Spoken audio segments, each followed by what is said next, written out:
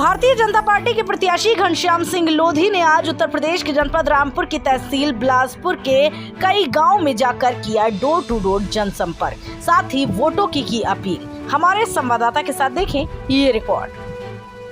कि मेरी बात को आप समझे तरीके से आपने आपको प्रत्याशी मानते हुए एक दिन के लिए सवेरे डाले, शाम को डाले, वोट पड़ जाना चाहिए। कोई आम चुनाव नहीं है, एक उपचुनाव है और थोपा हुआ चुनाव। यहाँ के जो नेता है तो उन्होंने एक ऐसा मजाक बना रखा है, कभी विधानसभा से इस्तीफा, कभी लोकसभा से इस्तीफा, क्योंकि उनके अपने पास से पैसा खर्च नहीं होता, पड़ता हमारी जेबों पे। जो जनता का है उसी के ऊपर सब पूरा बोझ इसका चुनावों का पड़ता है, लेकिन अगर उन पे पड़ता तो वो चुनाव लड़ने के लिए सोचते। नमस्कार, मैं हूं काजल रस्तोगी और इस वक्त हम मौजूद हैं उत्तर प्रदेश के जनपद रामपुर के बिलासपुर में। और एक तरफ राजनीति की तपश है तो दूसरी तरफ गर्मी की। ऐसे में हमारे बीच मौजूद हैं घनश्याम लोधी जी। आइए बात कर लेते हैं।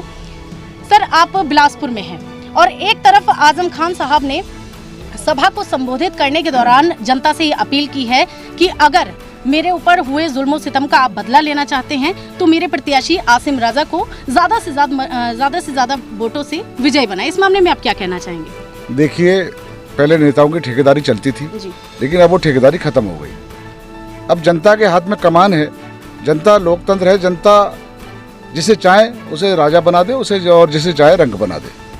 तो जनता ही यहाँ निर्णय करने जा रही है 23 तारीख को। 23 तारीख को जनता निर्णय करेगी। सर, आजम खान साहब ने झोली फैलाकर आसिम रजा के लिए वोट मांगे हैं, तो क्या लगता है कि आजम खान जी का चेहरा देख के उनको ज़्यादा से ज़्यादा वोट मिलेंगे?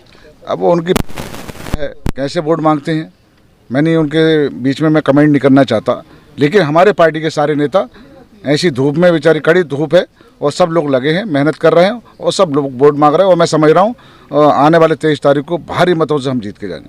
सर, जिस तरीके से आप जनता के बीच में पहुंच रहे हैं, डोर टू डोर जनसंपर्क कर रहे हैं, क्या कहीं ना कहीं लोगों की मूलभूत सुविधा, क्या परेशानियां हो रही हैं, इसको कहना चाहते हैं? नहीं, अभी मेरे ख्याल से 8-7 दिन हो गए मुझे, कोई ऐसी समस्या सामने नहीं आई। छोटी मोटी है, लेकिन वो कुछ हमारे नेतागण हैं हमारी पार्टी के, वो हल कर रहे हैं, ताकि अगर मैं सांसद बनाया तो मैं भी उन्हें हल करने की कोशिश करूँगा। ये थे हमारे साथ घनश्याम लोधी जी। कैमरामैन सहयोगी के साथ मैं काजल रस्तोगी, WNN 360 न्यूज़, रामपुर। टक्कर तो इस चुनाव में कहीं दूर दूर तक हमें तो नज़र आ नहीं रही और लोगों को भी नहीं आ रही, क्योंकि जिस तरीके से समाजवादी पार्टी ने इन जो लोग इस लोकसभा को और इस जो डेमोक्रेसी है उसका मजाक जो समाजवादी पार्टी ने बना रखा है, कभी चुनाव लड़ते हैं, फिर इस्तीफा देते हैं, फिर लड़ते हैं, तो मैं समझता हूँ लोग समझ चुके हैं और लोग चाहते हैं कि एक लंबा टिकने वाला सांसद जो उनकी सेवा कर सके। अभी 2 साल हैं, 2 साल बाद फिर है, उसके बाद भी जो लगातार एक ही मेंबर ऑफ पार्लियामेंट बने और हम हमारी सेवा करें, तो इसलिए कहीं भी टक्कर नहीं है। तो क्या लगता है ये जो बार बार चुनाव उपचुनाव होते हैं तो इसमें सरकार को घाटा होता है? बिल्कुल होता है, घाटा होता है, लोगों का समय बर्बाद होता है, पैसों की बर्बादी होती है। अब आप देख रहे हैं ना, इसमें पोलिंग भी कम होगी क्योंकि लोग थक चुके हैं बार बार वोट डाल के। भाई डेमोक्रेसी का मतलब क्या? डेमोक्रेसी को तो जब समय पे चुनाव हो उसी में हो, ठीक है। किसी ऐसा कोई कारणवश हो जाए कि चुनाव उपचुनाव हो जाए, वो ठीक है, लेकिन ये तो एक डेमोक्रेसी का जो मजाक बना रखा है, इसलिए जनता इनसे काफ़ी परेशान है। भारतीय जनता पार्टी के उम्मीदवार को कितनी सीटों से विजयी मानते हैं? कितनी वोटों से जी? मुझे लगता है 1 लाख प्लस से वोट से हम जीतेंगे। तो क्या लगता है जिस तरीके से अगर देखा जाए तो समाजवादी पार्टी के भी जो प्रत्याशी हैं वो भी लगातार जनसभा कर रहे हैं, लोगों से बातचीत कर रहे हैं, और आज जहां पर ये आए हुए हैं तो क्या लगता है कितने लोग सपोर्ट करेंगे?